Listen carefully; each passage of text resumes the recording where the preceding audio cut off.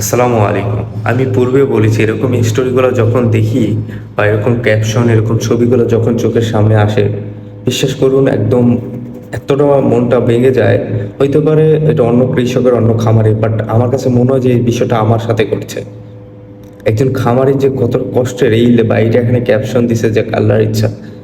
সবকিছু আল্লাহর ইচ্ছা জানি আমি। এখন ওই লোকটা কিরকম লাগতেছে ভাই, ভিতর দিয়ে একদম ফেটে যাচ্ছে। আর এখনো 15 দিন থেকে 20 দিন পরে বাচ্চা দিত, আলহামদুলিল্লাহ।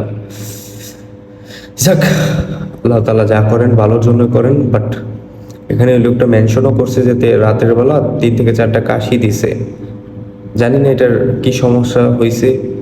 যদি কোনো অভিজ্ঞ কেউ থাকেন, জেনে থাকেন, প্লিজ কমেন্ট করে জানাবেন কেন হঠাৎ করে এরকম হলো। সুস্থ একটা গরু কেন এরকম 3 থেকে 4টা কাশি দেওয়ার পর মরে গেল, স্ট্রোক করলো বা গ্যাসের সমস্যা পায়। আর এই পেটটা ফুল হয়, এতে বলতে পারি না যে গ্যাসের সমস্যা, কারণ এটা 15 থেকে 30 দিন 15 থেকে 20 দিন পরে বাচ্চা দিয়ে দেয়, সেই জন্য প্রেগনেন্টের কারণে পেটটা ফুলও থাকতে পারে। বাট এটা কি সমস্যা, এটা আল্লাহ জানে ভালো। তবে এই বিষয়গুলো দেখলে অনেক খারাপ লাগে ভাই, বিশ্বাস করেন অনেক খারাপ লাগে।